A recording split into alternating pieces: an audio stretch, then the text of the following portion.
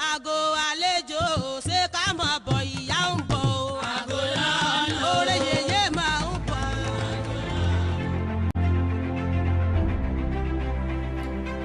Osun-Osogbo Sacred Grove in Osogbo, Osun State, southwest Nigeria, is one of the last remnants of primary high forest in southern Nigeria. The site, a natural habitat that has been preserved for over 400 years, has served as both a pilgrim point as well as a tourist center for millions of people who visit the site annually to worship and celebrate the Osun goddess that is believed to inhabit the river that runs through the grove, giving the water the ability to heal and grant wishes of its believers. Osun Grove happened to be a site that we all refer to as a living site. It is a living site just because activities that have been carried out over the years are still performed the way it used to be then. And secondly, it is a site where the worshippers do come to perform every 5th of the day, which means 5 days. They do come. For example, in churches, we go to churches during the week, but on Sunday, we christen it to be, we go to church on Sunday. Likewise, the Muslim goes to mosque on Friday. So despite the fact that the devotees do come interval, but they have a 5-day, which they call Ojose. Aside this, the uniqueness of this site is the name Osogbo was derived from this site. The appellation of the king was derived from this site. From the entrance, one could feel the tranquility that comes with the well-preserved forest. A little further down comes another feeling of an elevated being's dwellings.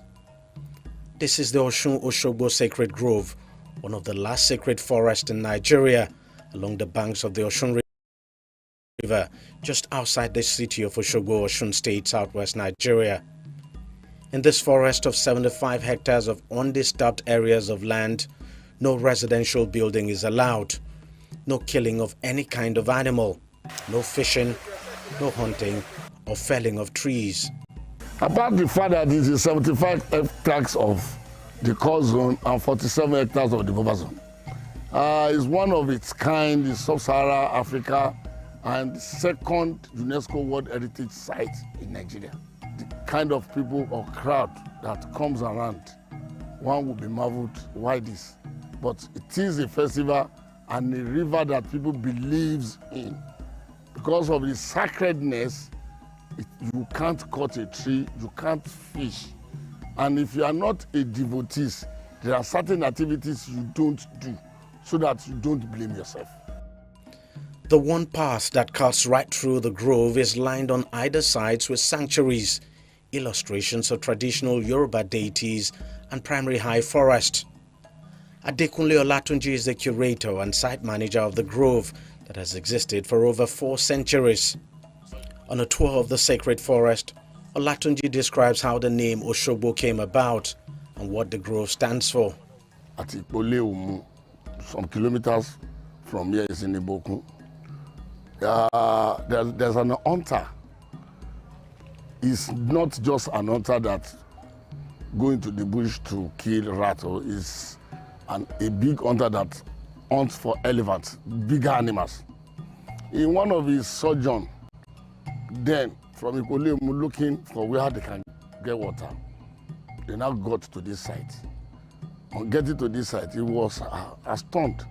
We were looking for almost a 40 kilometers from here, looking for water, still large water here. So he decided to go back to inform the king. My brother, I got to, we are hunting, I got to his place and I saw this river. So the hunter then was Oguntimeyin, while the king then at Ipolemu is Laroye. So the two of them came down to the site, seeing what they wanted. So they decided to settle down at the bank of the river. So in one of their trying to rent the tent, a tree now fell into the river. And a voice came out of the river saying, Enyoma darling, you have broken my time, but 84 kokwa. So everybody was, the two of them were so shocked. Who is this person? Simultaneously, the spirit now answered. Oshogbo pele, Oshogbo rora, Oshogbo pele, Oshogbo. That was when they knew they are in Oshogbo. Literally meaning Oshogbo. So now, they now felt, what is the next thing to do? In Yoruba then, something strange happened. You do divination.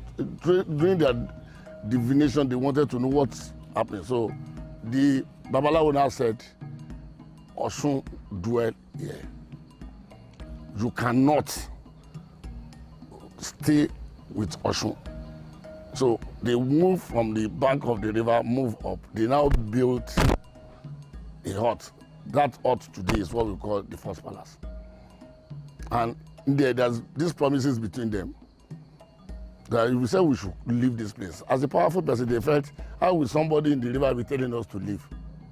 So if we are to leave, what will you do for us? And I said, okay, if you are to leave, I will make you prosper. There is no war that will conquer you. Do my bidding, and every year there must be somebody from your lineage to come and bring object of appeasement to me every year. But the grove wasn't always this beautiful and serene. In fact, there was a time it was completely infested with termites until an Austrian artist, Susan Wenger, and her husband Uli Bayer arrived to save the sacred monument.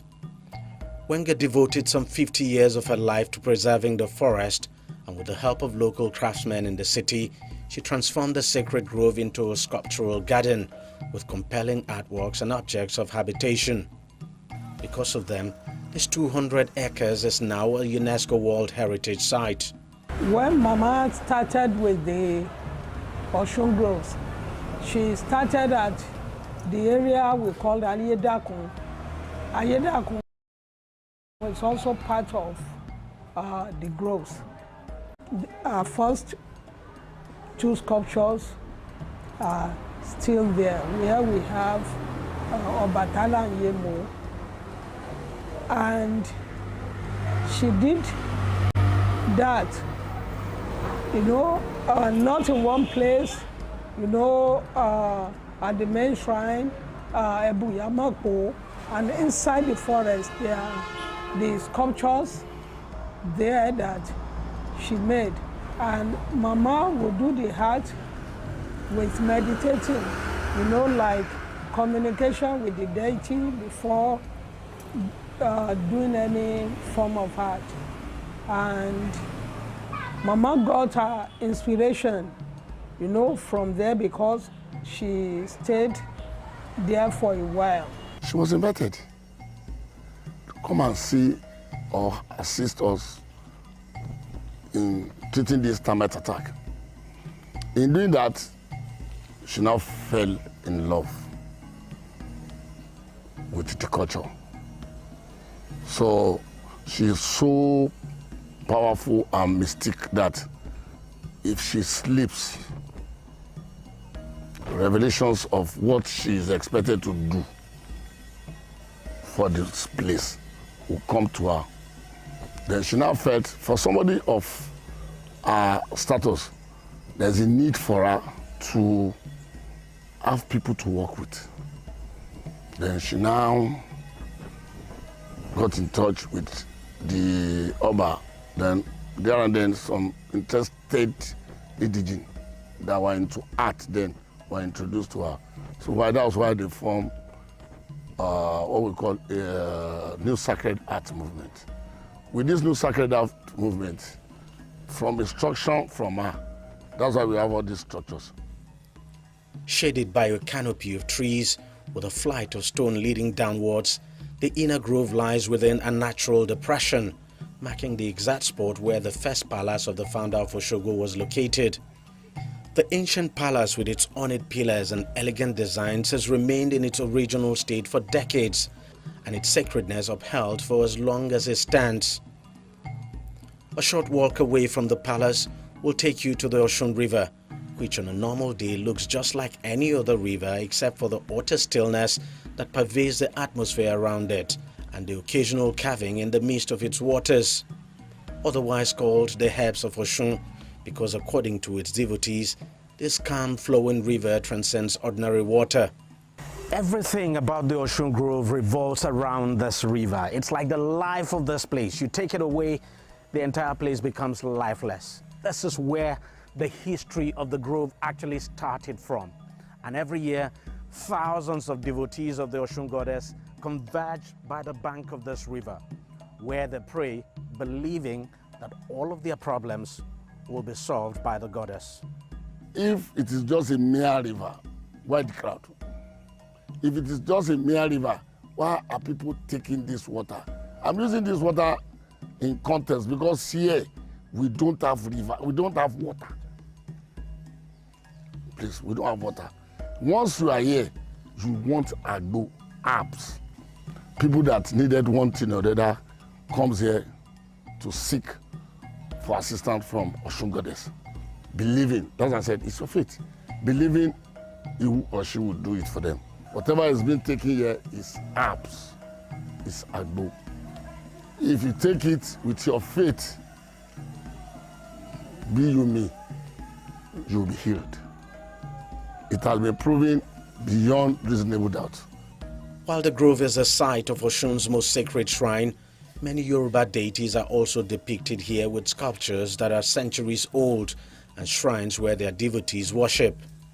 Despite the sanctity attached to it, managing the grove is not without its own challenges. There's no lumber that will come into this site that will not pray will sleep off 72 hours. So that before we wake up, we would have cut down all the trees. We do have butchers, and despite the native laws that we do use to operate, because here you are not supposed to hunt. If you are caught, you'll be taken to the enforcement agency through the Atauja of Osogbo. And because of developmental pressure, as the town grows, you are bound to see people wanting to build closer to the site, thereby giving you problem. You have the challenge, but God is helping us through that native law. That native law, don't cut, don't fish. And aside that, the native law, I will tell you authoritatively, because if all of us goes home, we have night security if they are here. If you eventually decide that you want to catch any fish, you will cook it from now till that kingdom come, it will not done. So you will definitely put yourself into trouble. Once sparkling and clear and home to a variety of fish, today the sacred river is murky and brown. It is now under constant threat from pollution from waste disposal and other human activities. Another fascinating thing about the grove is the standalone suspended bridge right at the heart of the forest and just above the Osun River, built some 87 years ago. The bridge has no pillar holding it because they say the Osun goddess forbids it. One of the unique things to see at the grove is this suspension bridge. We understand it was built in 1935, commissioned in 1936, and the reason why the bridge was constructed was to enable people around here move goods now, especially palm products, from one end of the bridge to the other. And up till this day, the bridge is standing. It's one bridge a lot of tourists who come to this area love to see. Despite the gradual fading away of celebrated African culture and tradition, the Osun-Osogbo Sacred Grove is one cultural phenomenon that has not only stood the test of time, but also become a reference point for people from this part of the world. The grove remains more or less pristine, leaving visitors with this sense of peace and a connection to the dwellings of an elevated being and the ancient Yoruba tradition.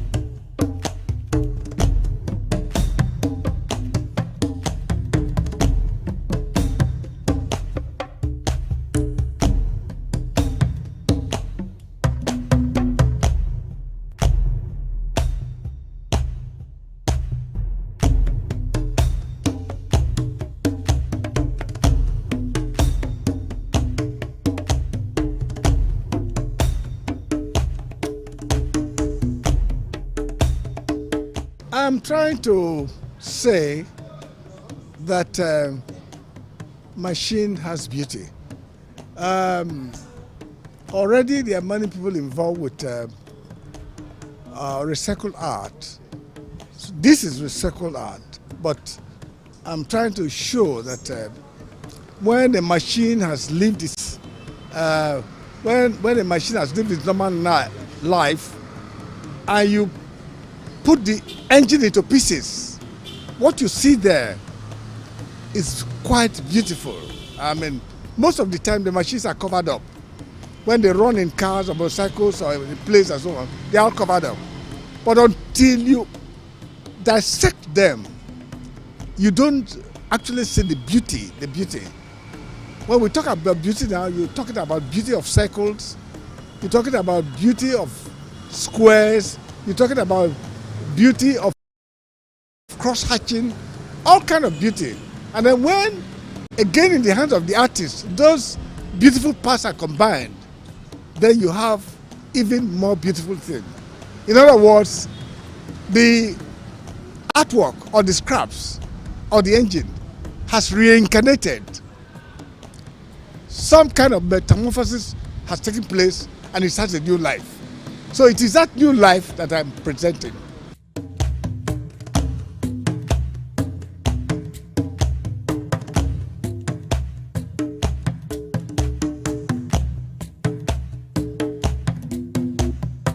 Beauty and the Machine is focused on recycled art, where he makes use of waste and discarded materials to create works of art. This time he repurposes these erstwhile worthless materials into embodying art and becoming more useful. And if you look at it, these are materials that in their ordinary form as waste, they are more harmful than when actually put in use.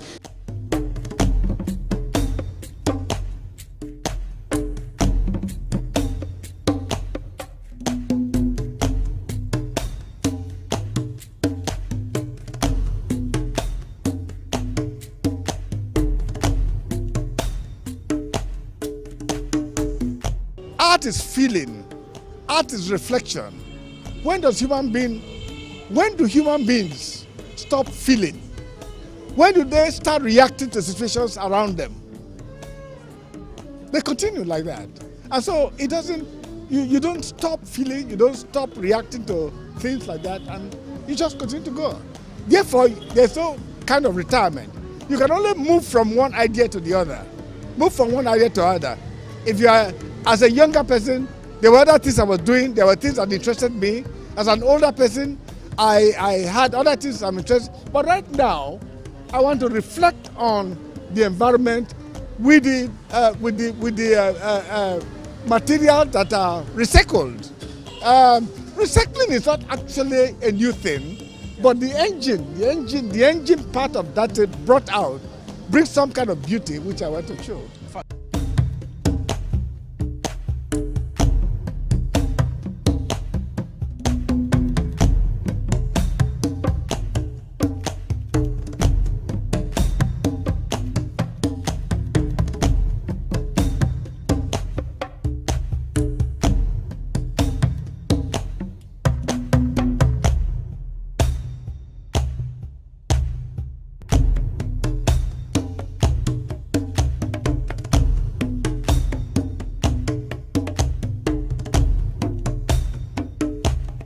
So this is just one of the works that you would see that particular thematic focus. And this particular work, yes, it's still each of the works in general, they aside from being byproducts of waste materials, they all have a particular story they tell. So it's not just, we are not just pushing recycled art. We also have a thematic standing, which is the focus of the exhibition too. And this particular work, yes, it has the whole trado modernism touch, and it's still Well, we could talk, it's one work where you try to go in deeper to absorb it, to fully understand it. It's a work that talks about the hunter's victories. And each of these elements, you see the rod, these are all car rods that have been welded together. You see the dancers from beadworks, you see the 3D cowries that have been reused and reused and reused. You see the PVC pipes which form the staff, which form the totem, kind of, that are all pointing to, or they are all making up these works. They are making up as the principal instrument of the works.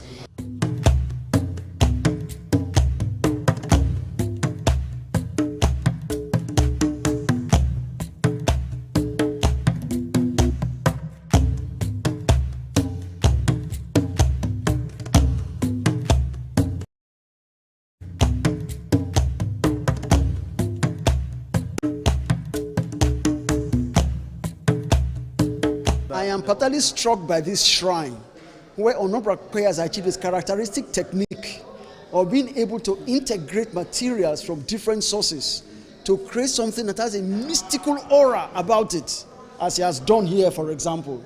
And by the word mystical, we are referring to something that looks mysterious, difficult to explain, but it's also fascinating. This looks like a typical Babalawo structure, but how did he manage to achieve this sense of the strange, the eerie? That's a particular potent force in his work. And then I'm also so struck by what you mentioned and what she described as shadow modernism, where he has placed metal structures along with metal structures and then replicas of chips, electronic chips, along textile forms and images he has created by his own hand. So how this idea of merging the electronic, the digital, the found materials such as an animal horn together to create one force is a demonstration of a particular motif in African let me put it this way, post-classical African art, whether in terms of literature or in terms of art. By post-classical I mean art emerging from a period whereby it's a fusion of various cultures, Western and African. In the context of Onobrakwe, he's demonstrating a particular rallying cry of the Zaria School of Art, of which he is one of the founding figures. And their concept, as described by Uche Okeke, one of their main figures, one of their main theories, is that of natural synthesis, whereby you synthesize the Western and the African to create something original.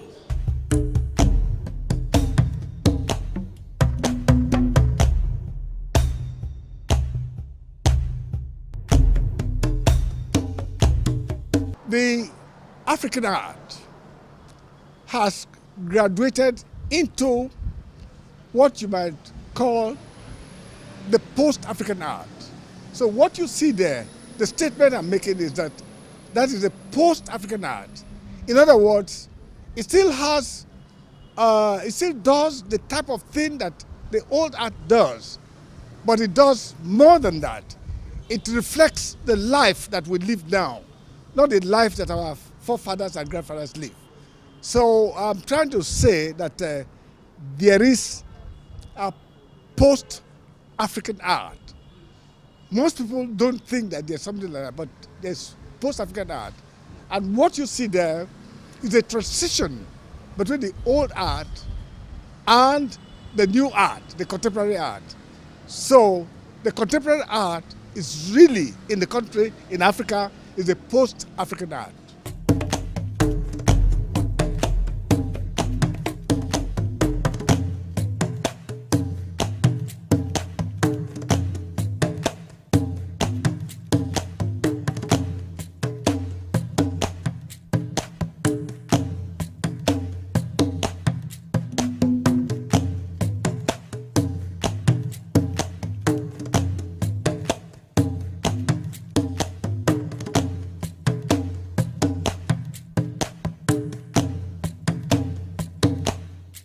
you see the form. The form itself looks like the form of a guitar, like the form of a guitar. It's just that the strings this time now are poles. Right. What I'm trying to, if you look at the poles, you'll find at the end you have some kind of decorations there. Take one pole apart, and you see that it's like a scepter. No, so what this guitar is doing is trying to tell stories of some particular individuals who have achieved a lot, achieved 1, 2, 3, 4, 5, 6, 7 important things in their life. So the guitars are emblem of achievements. In our country here, we are achievement-oriented society. And every individual, just look at every individual. There is something about their life. There's something they have achieved. And these things can come out in forms like stuffs like this that can be put in a place where they'll be remembered.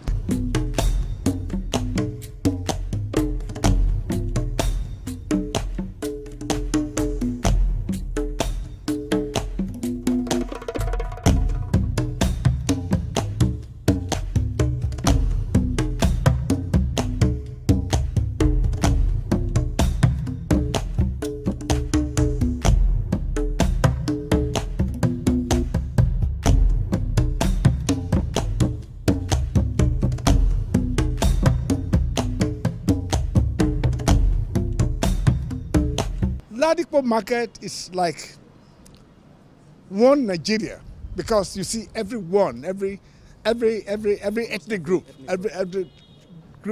every ethnic group there. It's there, and life spills around. There are all kinds of experiences. People are preaching on one hand, they are dancing on the other hand, and sometimes they are fighting, and then they are buying things. And then important people have their cars by the side of the road and they are repairing it. So what you see in the Ladipo market area is a very interesting form of art.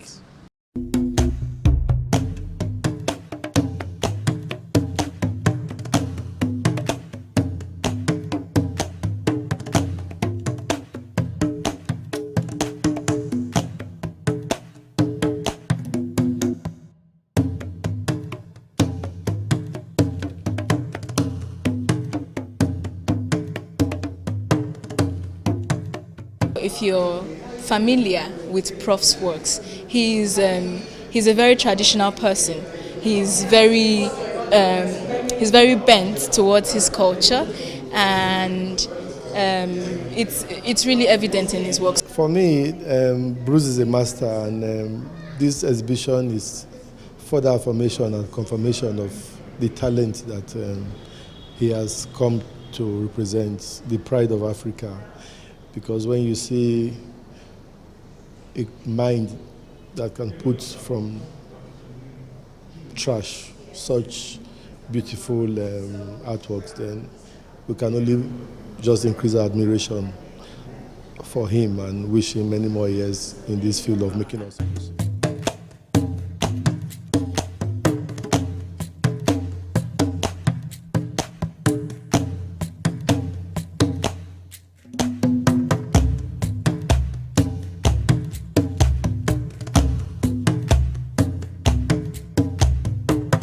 The younger ones, how are you, what are you doing, to bring up young people along this line so that, when you're not here, when you're no longer around, your legacies are maintained, there are people to carry on from where you would have left off? Thank you for that question. I answered that question a long time ago by instituting a foundation and creating an informal education setup where I train young artists. But beside that, I have young artists working with me, learning and following my footsteps and so on. And And I have people now who think the way I think and can carry on whenever I stop.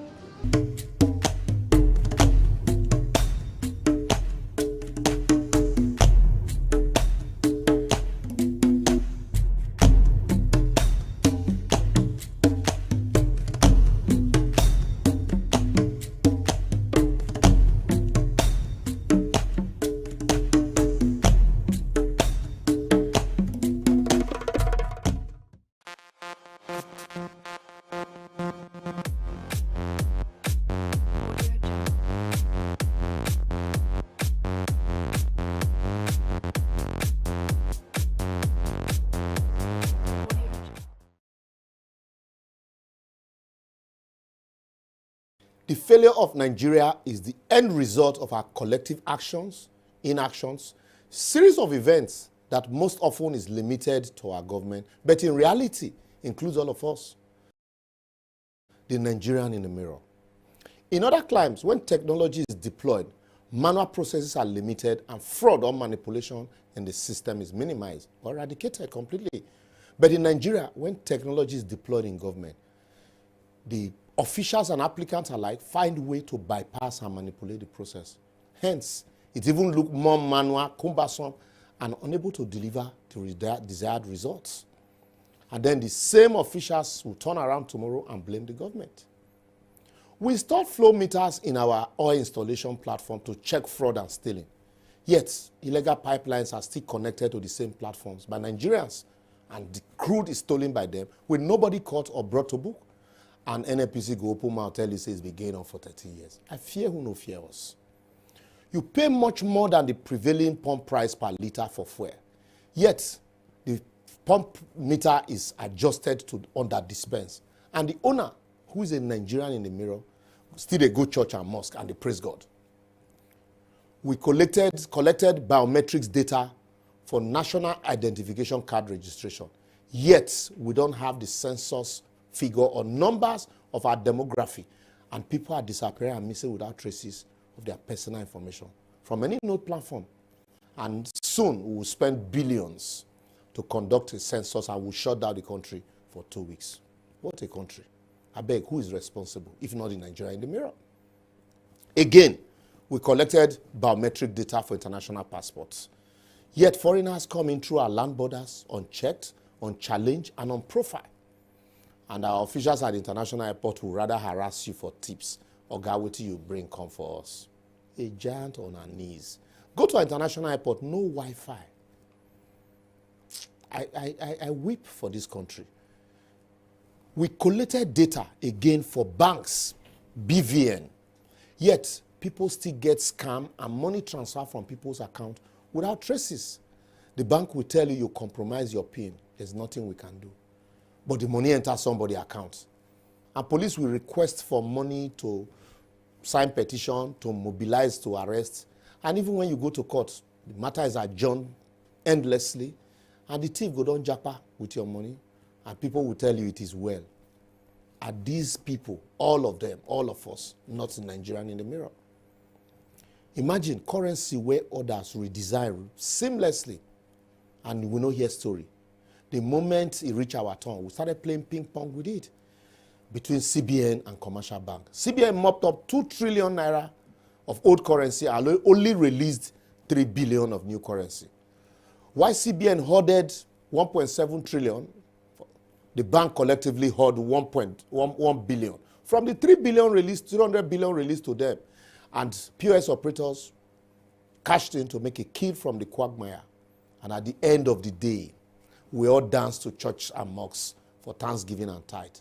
And yet, the politicians are trading blame, while the ordinary people they swore to protect are suffering and gnashing their teeth with no end in sight.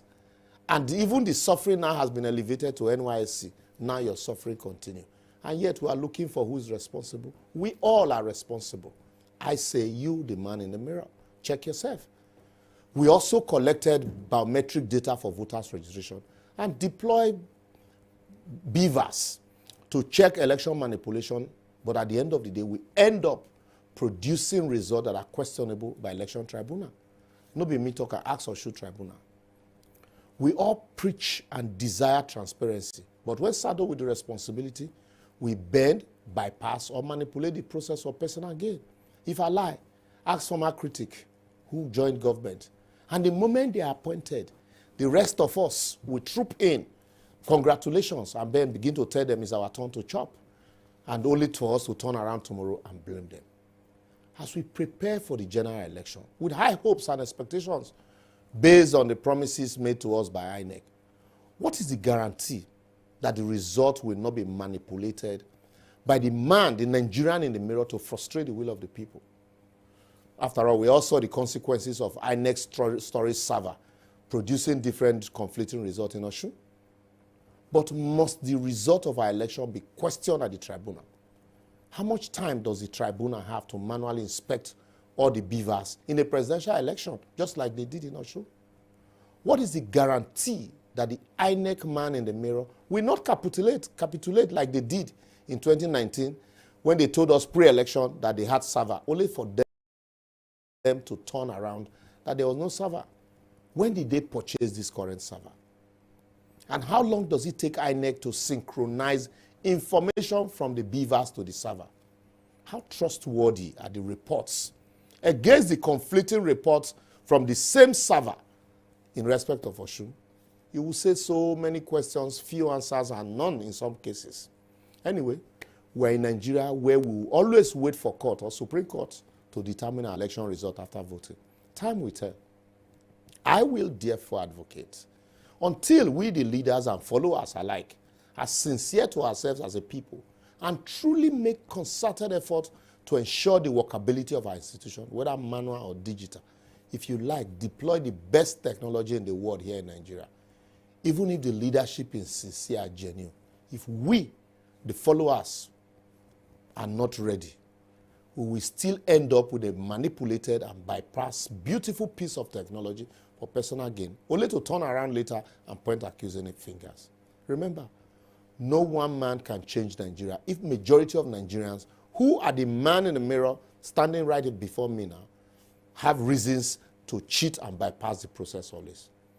And Obi, Atiku, or Tinubu alone cannot change Nigeria if the Nigerian in the mirror is not ready for that change. But however, leadership must start from the top. That's all we can take for this week. But however, for previous episodes, simply follow us on all our social media platforms shown on your screen. But I leave you with this. Since nobody, they destroy Nigeria like Nigerians. Nobody, I say nobody can repair Nigeria but Nigerians. So if you want it to work, roll up your sleeves and make it work. And don't just shout or be articulated or batified. See you next week.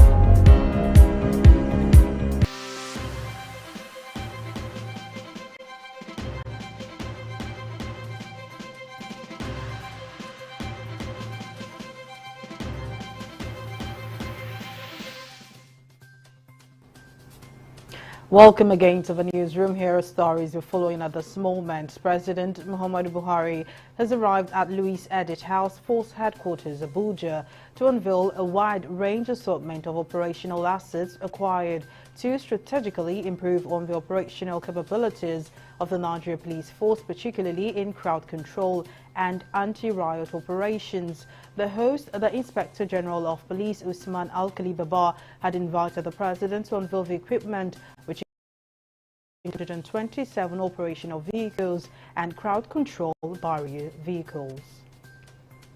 The Independent National Electoral Commission (INEC) has said 240 polling units across the country do not have any registered voters, which will impede conduct of the general elections in those locations.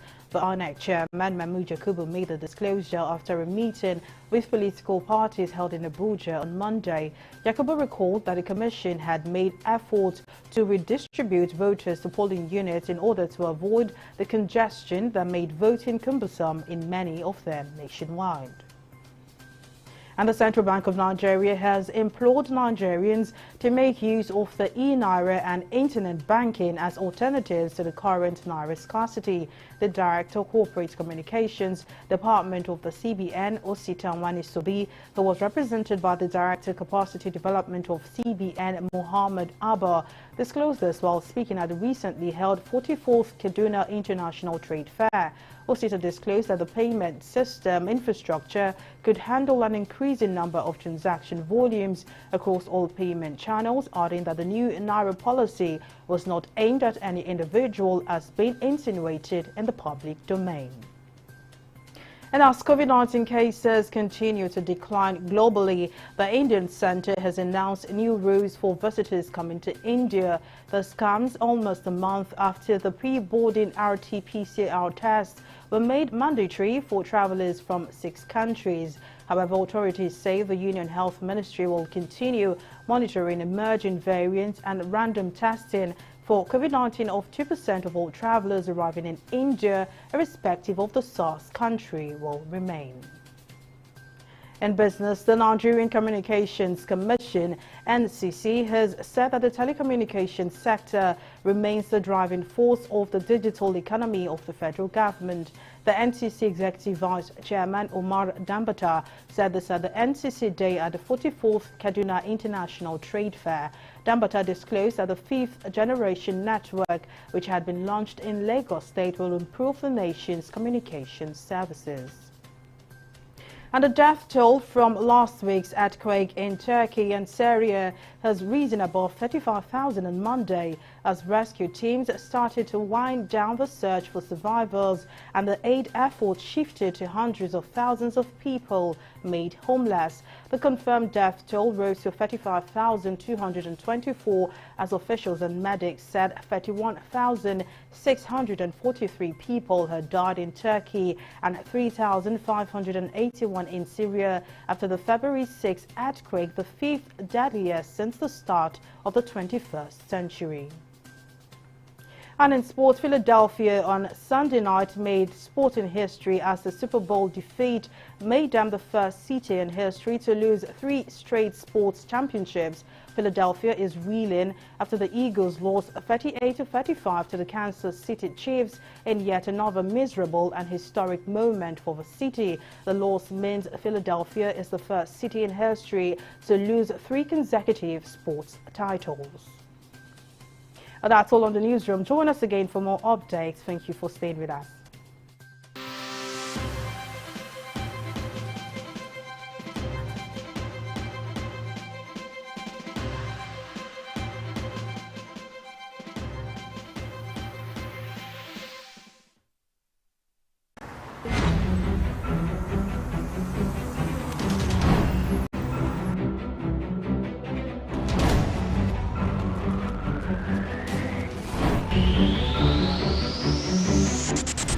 Thanks for joining us on News Now at this time. Protest in Lagos. Thank you for joining us today on the newsroom. The Lagos State Emergency Management Authority has said Western Media School, one vote woman, and the rampant illegal spectrum frequencies. The bulls took over the wheels on the Nigeria stock market today as sellers eased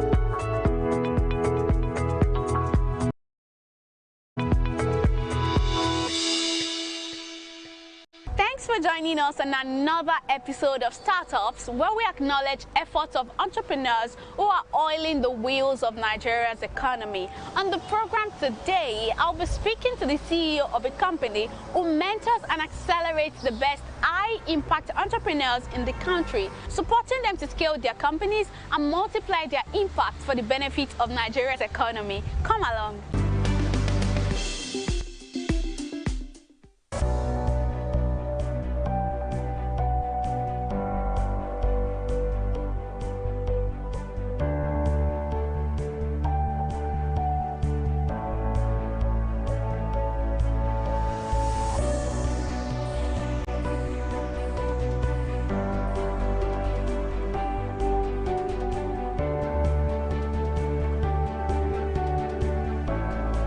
We exist to help entrepreneurs dream bigger, scale up, and pay it forward.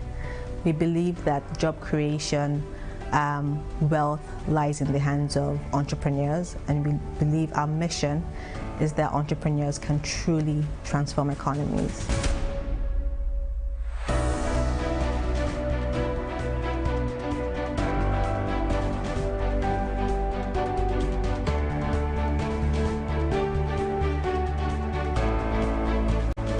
My name is Tosin Fanirodada, and I am the Managing Director and CEO at Endeavor Nigeria.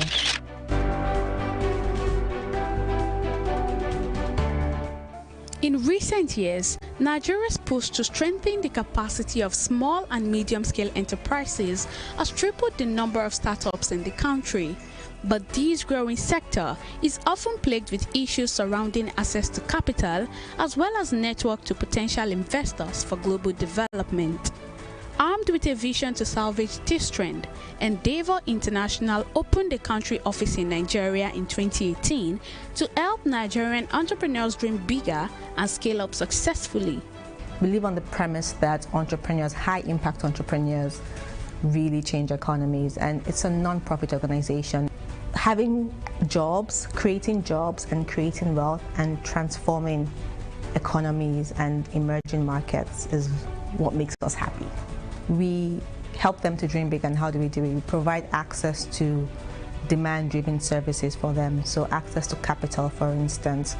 We help them, we invest in them, and we also help them to raise capital. We help with talent as well. We help with mentorship. So we have a global community of over 4,000 mentors. And so we help them with access to these mentors. We also help them with peers as well. Because we're the leading global community, we have over 2,000 entrepreneurs in our portfolio in different markets, different regions, different emerging markets and underserved markets. And so we're able to connect, for instance, an entrepreneur in Nigeria who is currently going through a challenge with an entrepreneur in Mexico, for instance, who's gone through that challenge already. And our entrepreneurs really like our peer-to-peer community. And lastly, we help with access to market. Again, because we're in 40 markets, it's easier for us to have conversations around scaling to a different market that we have an office in. We're able to help you with like industry deep dives in that particular market, and also help you with introductions, commercial introductions through our mentor network in that particular market as well. Endeavor Nigeria's mode of operation is quite simple. They survey the local startup market, identify companies that are on the verge of scaling, and foster positive business relationships in order to usher in a new era of growth for them. We're very close to the network and to the ecosystem in general, and so we tend to know the entrepreneurs that are on that verge to be scale-ups or on that trajectory to be scale-ups. And we tend to stay close to them.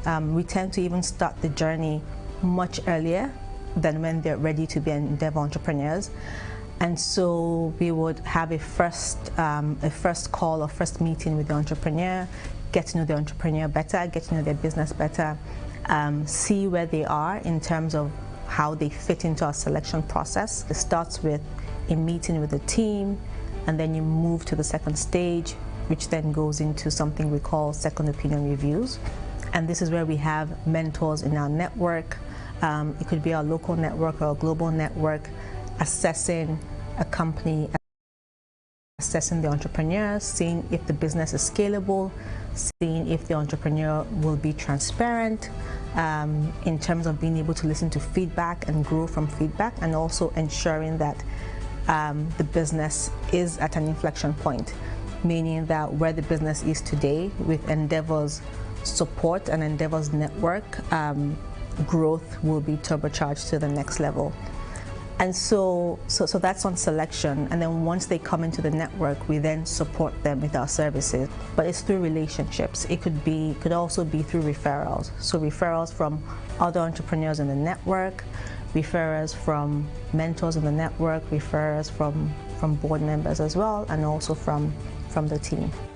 In just 3 years of operations, Endeavor Nigeria has given support to 24 entrepreneurs who are decision makers in more than 10 startups, including unicorns, and have continued to record accelerating growth. We've grown the network, so now we have 24 entrepreneurs leading 13 companies, which is not bad for an office that is less than 5 years old. We have 33 mentors. I think we added about 12 to 15 mentors this year. We've grown the team. We're now a team of 8. Our entrepreneurs, our portfolio companies are doing really well. We do have a unicorn in our portfolio. We also have so many other companies that are raising. Some of them have raised their Series B round. Some of them are currently closing that round and also moving to their Series C. But I think what's really important is that these companies are creating jobs and creating wealth. So just from an Endeavor Nigeria portfolio, in 2020, our portfolio companies made $250 million plus in revenue for the Nigerian market, for the Nigerian economy, and that's a lot for less than 20 companies. And also, if you just look at jobs, for instance, Endeavor portfolio companies have created over 100,000 jobs in Nigeria. But like all great visions, its actualization did not come cheap. Bringing entrepreneurs on board does not come on a platter of gold. The chief executive officer of the company, Tosin Fanirodada, says it's been a learning curve and the company is fast improving and surmounting its early problems. In terms of challenges, on the selection side, it could be something as timing, for instance. Entrepreneurs are busy, some of them are raising capital, some of them are dealing with 100 employees for the first time, some of them are dealing with regulators, so they have so many other priorities and challenges that they're dealing with. And so sometimes we have to be patient and not be a distraction and enable them to focus on whatever priorities or challenges they're dealing with at that time. And so sometimes that can slow the selection process down. If I go to servicing, once they become Endeavor entrepreneurs, it's pretty much whatever they're going through, so whatever challenges they're currently facing. In October 2021, Endeavor Nigeria launched its special scale-up program. For 10 weeks, 7 entrepreneurs from 4 companies were given intensive training on how to address common but critical issues which often determine the very survival of a company. The Scale-Up program is an acceleration program through which we're providing support to the most exciting, fast-growing companies in the Nigerian tech ecosystem. There are 4 core aspects of the program. The first aspect is mentorship. So before we started the program, we kind of talked to each company to find out their strategic challenges. So each company was paired with a mentor. So each company has had at least one mentorship session with their paired mentor. And then the next, next aspect of the program is workshops, and these workshops are led by Endeavor entrepreneurs and our board members, and these are literally just workshops on things like storytelling, how to build your team, and hiring and things like that. And so we've had those workshops and those have gone pretty well. And another thing we've done is make commercial introductions, so introductions to people within the network or companies within the network, and we've done that for 1 or 2 companies. So that's mostly how the program has gone. Bringing the majority of high-impact entrepreneurs in the country on its network, as well as fostering economic growth on a larger scale, are some of the paramount projections of Endeavor Nigeria. 2 things for me, actually. One is to bring as many high-impact entrepreneurs, if not all high-impact entrepreneurs in Nigeria, into the network to truly help them scale, to help them think global, and to help them pay it forward. And the second is this thing that we talk about, the multiplier effect, which is what our event, Catalyzing Conversations, that we just finished, was themed on. And for us, the multiplier effect is, one, just creating big bubbles in the ecosystem. So having successful entrepreneurs who have been able to raise capital, who have been able to scale their businesses, having them reinvest their time and money in the next generation of entrepreneurs. You're able to unlock other sectors. So if we get payments right, for instance, we can unlock commerce, we can unlock logistics. If we get healthcare right, we can unlock financing for hospitals, because then there's a track record and then there's data to help these hospitals digitize them and grow as well. In 2021, startups in the country raised $1.27 billion in investments, representing 44% of the total funding raised in Africa. However, with services that Endeavor Nigeria is offering, these incredible feats might just be a starting point for the country's startups ecosystem. You'll agree with me that everybody needs a push here and there to be able to achieve their full potentials, right? But I believe you'll also be impressed to know that another startup in Lagos is helping Nigerian farmers achieve their full production potentials through the use of hardware and software solutions.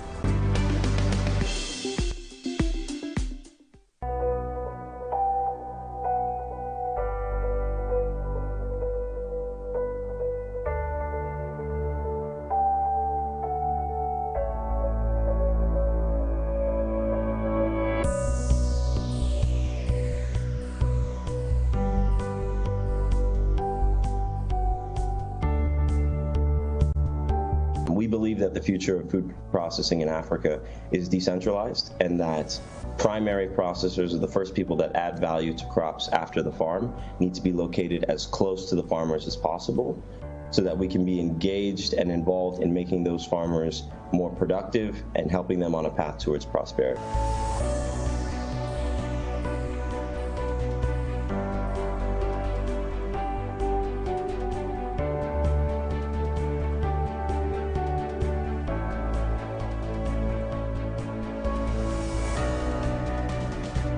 I'm Ikenna and Zoe. I'm the co-founder and CEO of Relief. From being a toast of international market, oil palm farming in Nigeria is now a shadow of its former self. The country's palm oil production sector, which used to boom in the past, is now struggling to meet local demand. Being a crop that requires serious processing power, farmers go through a lot to extract vegetable oil from the palm kernels. They often use rocks and other inappropriate hardware to break the kernels, and what they get is low-quality oil palm, largely unfit for high-quality vegetable oil manufacturing. Two young Nigerian entrepreneurs, Ikenna Nzewi and Uzoma Yogu, saw a problem that can be fixed. In 2017, they established Relief. With its technology-driven solution, Relief is able to make cracking oil palm nuts as easy as a pie for these farmers. Today, smallholder farmers use rocks to process their palm nuts. So what they'll have is they'll have a rock on the floor, they'll put a palm nut on top, and then they'll have a rock in their hand and crack open the nuts.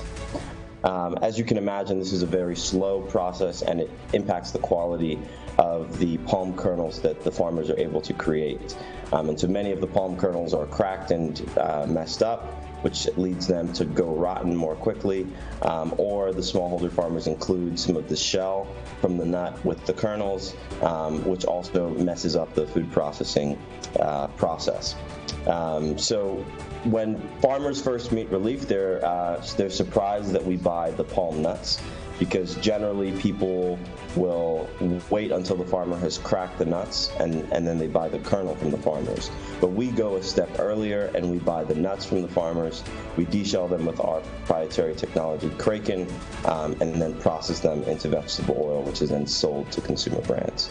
So farmers are a little bit surprised that we buy the commodity that we do at first, but they're very excited to work with us because we provide financing to enable them to increase their productivity, and then all the loans that we give them, they are able to pay back those loans with the palm nuts. So basically the byproduct, those nuts, which used to be a headache for them to process, they can now use these nuts to basically access working capital to grow their businesses. So it's a win-win situation that's created for both smallholders, Relief, and the consumer brands that we supply. Relief basically provides capital funds and loans to farmers in exchange for the palm nuts. They buy the nuts and process them into palm oil using Kraken, a machine they created, then sell the oil to processors and local manufacturers. We operate a network of smart factories with proprietary processing equipment that we've developed ourselves. And we use these factories to buy raw materials from smallholder farmers, process them, and then sell inputs to consumer brands that you would use or find in your supermarket. It first starts with us selecting the site for a factory. We select factories where we can work very close with smallholder farmers within 50 kilometers of that factory. We then go out and make outreach to the farmers, explain to them how our business works and the value that we can provide them, and then we buy their raw materials, process them, and sell the finished goods. So what we do very tangibly today is that we buy palm nuts from smallholder farmers, we crack them with our proprietary machinery, which is called Kraken, and then we sell vegetable oil to consumer brands that use it. So when we enter a community, we finance the ladies first. So generally, we'll finance 100% female beneficiaries for the first couple months of working in a community. The thought process there is that oftentimes the women in communities are more willing to try out financing schemes and fulfill their side of the bargain. And as other members of the community see that the financing scheme creates a win-win solution and that the farmer makes more money and Relief makes more money, we give them cash so that they can buy more palm fruit and millet and create more palm oil for themselves. And then the nuts, or the byproduct that used to give them a headache, are what they use to pay off that loan. So we get nuts in exchange for the loans that we've provided them. Due to the economic impact of the coronavirus in 2020, food prices globally have continued to be on the rise. Prices of vegetable oils in particular have surged, showing an increase by almost 110% over the past year. But with more money and knowledge of agricultural best practices that Relief is providing for the farmers on their network, they can improve their production capacity. Food commodity prices have increased as a result of COVID and just a higher level of uncertainty.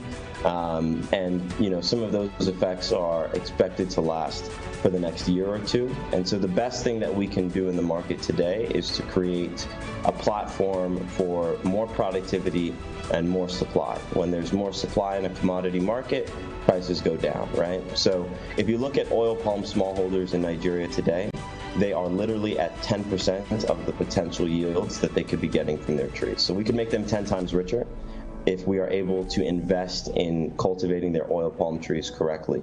And that is a multiple year investment process that's required to restore the efficiency of these trees. But on the other side is a 10x opportunity in these folks' income. So when we see high food prices and high food prices for consumers, we have an opportunity to increase the productivity of farmers so that there's more supply in the market to meet the demand. Nigeria's population grows at about 3% per annum. We'll be the third most populous country by 2050. And so we need to start helping smallholders focus on food production rather than having them involved in every step of the value chain, from cracking nuts with rocks to finding traders to transport their stuff to, etc. The food factories in the country need to do a better job of helping smallholders focus on farming, and that's what Relief's role is. Nzewi says the quality of their product as well as high demand enables them break seamlessly into a competitive vegetable oil market in the country. Our buyers pay us in advance for our vegetable oil because the country has far more demand for vegetable oil than it does supply. There are estimates that peg Nigeria as having twice the amount of demand for vegetable oil than supply. Others cite about 60% more demand than supply. And so we're certainly in a seller's market. Now, the government of Nigeria and the central bank has made oil palm a priority crop and is creating a local environment for domestic production to be more productive. And so they've banned the importation of vegetable oil in order to promote the local economy, which makes this a domestic market that can be managed and operated and scaled by local firms, which really excites us because there's a great opportunity to take this oil palm, which is quite honestly a natural resource that has been in Nigeria and West Africa since the beginning of time, and to make it productive to serve the needs of the people and the communities in which it grows. And so that's our role at Relief, is to drive more productivity through the decentralization of food processing, but with a real focus on creating the environment for rural industrialization and more prosperity. Despite having an edge in quality of production, Relief has kept its products affordable. Since its break into the market 6 years ago, it now services over 2,000 smallholder farmers. We have just finished closing a $4.2 million seed rounding of funding. We have also began the patenting process of our technology, Kraken, and it's now patent pending technology. And we work with over 2,000 smallholder farmers in the Niger Delta. So I believe our impact is already beginning to become very tangible. We have both the capital, the machinery, and the smallholders to make a big difference, and that is our intention. Due to the gap in production and demand, Nigeria spends $500 million annually on oil palm imports. The sector has 60% more demand than it produces. The best way to meet this demand is to invest in and create scalable solutions for smallholder farmers, which Relief is currently doing.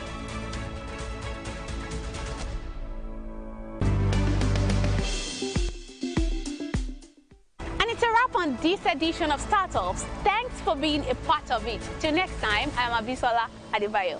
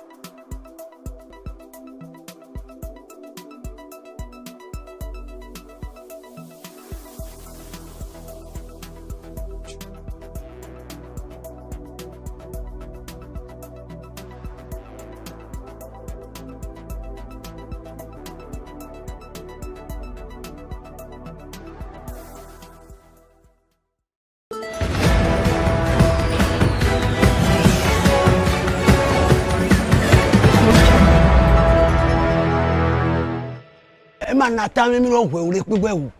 Ema na ta mi ro hwe pe wa wo le bile ko yen re. Jiro go mi yan na dran de uga. Lo wo lo iku do re. We no mi do ohun lo do wa do lo. Ohun lo wa. We want to beg the government so to talk to Femi Adelaja. When he's coming here, we bring the white boat, that the last one boat, will come with it with many soldiers nobody can near the boat.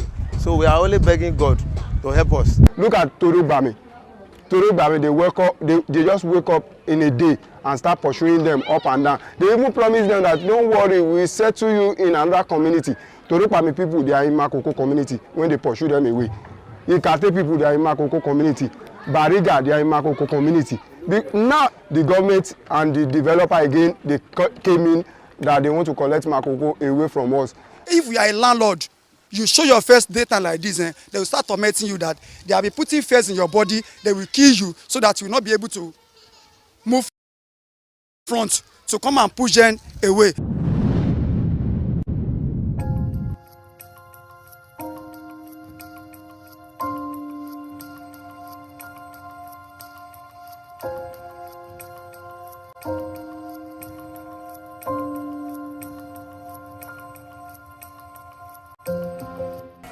Makoko community is an urban slum, which the Lagos state government considers a dent to its megacity ambition. The government wants to relocate and resettle the people of the community so it can redevelop the place. But the terms of relocation, resettlement and compensation are not clear. For years, the Makoko, Shoguro and Okeagbon communities have made this place their home. But recent efforts to develop the waterfront threaten their very existence.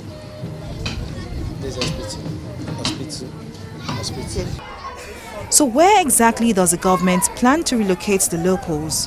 What happens to the fishing community? And how does a mega upscale property solve the city's housing deficit? TV360 Nigeria launched an investigation into the redevelopment plan of the Lagos state government and sought to find answers to these questions.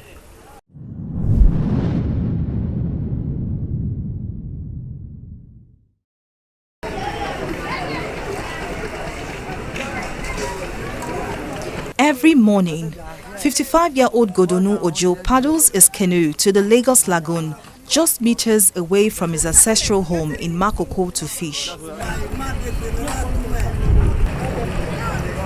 Like thousands of other fishermen in the Makoko waterfront community, Godonu survives on the daily income he gets from selling his daily catch. But the reclamation activities of the Lagos state government, in partnership with the private developer FBT Coral Estates Limited, threatens not only the livelihood of Ojo and other local fishermen here, but also their homes.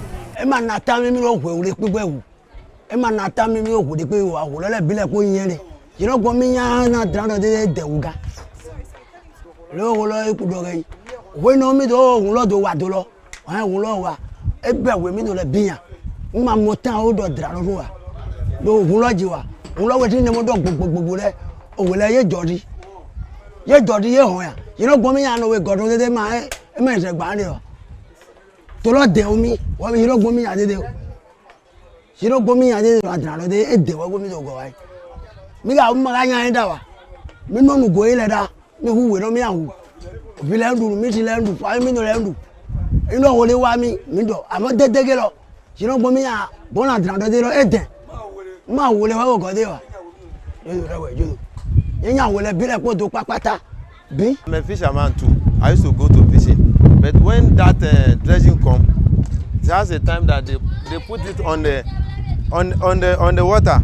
That time the water float with it. When somebody passes, that boat with it, there's something that's used to bring sand will disturb the person. Even though the big wave is coming, the boat can capsize.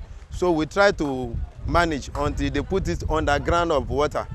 But that thing drives the whole fish to the sea. So that thing now can drive the whole fish to the sea and drive them moving around. They will not come nearby. From the fishermen who toil all day on the lagoon, to the women who smoke the fish, and then finally to the fishmonger who trades our wares at the popular Makoko seafood market, the survival of each resident is tied to the Lagos Lagoon. But residents say the sand-filling activities on the community waterfront has made fishing very difficult. According to the Lagos State Commissioner for Agriculture, Abisola Olusoya, the artisanal fisheries subsector of the state's fish supply chain presently contributes 80% of local fish production, which accounts for 40% of the state's total fish demand.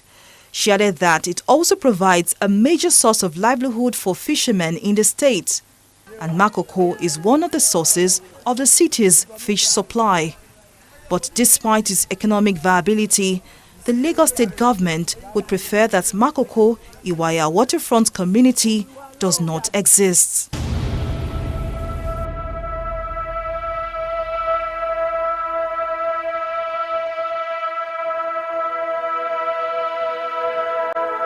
Rather than cars and motorcycles, canoes bump into each other here in Makoko, an informal waterfront settlement in Lagos, Nigeria.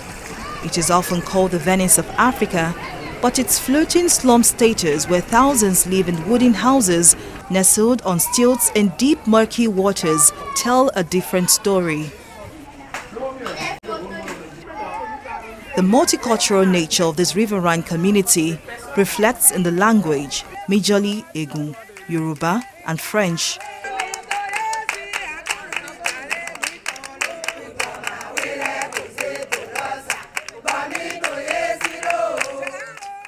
Despite being a slum, life here is tranquil. Residents engage in routine business activities, offering various forms of services such as grocery shops, door-to-door salesmanship, canoe manufacturing workshops, and even schools that cater for both English and French-speaking people.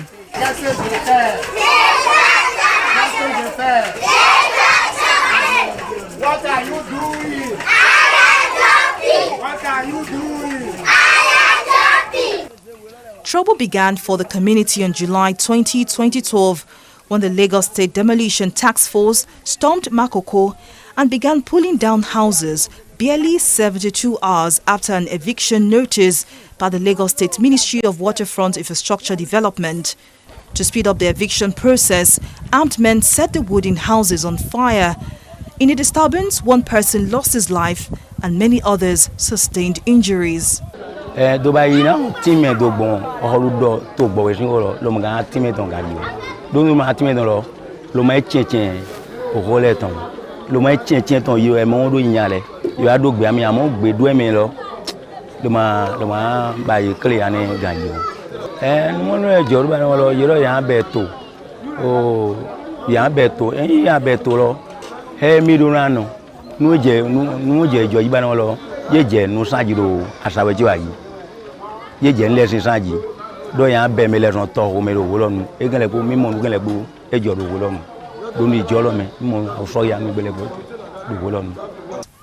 Again in 2020, the Lagos State government announced the reclamation of 54.58 hectares of Makoko for redevelopment by developer FBT Coral Estate Limited.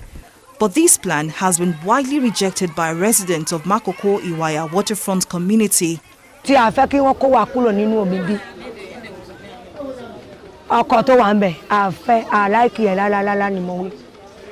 Torí bó ṣe wọ́n ṣe fún gbogbo wa àwọn èèyàn wa bó bá ṣe díẹ̀ nísìn wọ́n á kó wọn kúrò wọ́n ní níbi kankan fi sùn sí gbogbo wa nìkan wà nínú bòté wà nínú ọkọ̀ bó bá níbi kan á sùn sí kò dáa àlọ́mọ wẹ́wẹ́wẹ́ ọmọ pọ̀ mo fẹ́ afẹ́ kó wọn sí a lè kúrò ń bí but bí ìjọba fẹ́ tún àwọn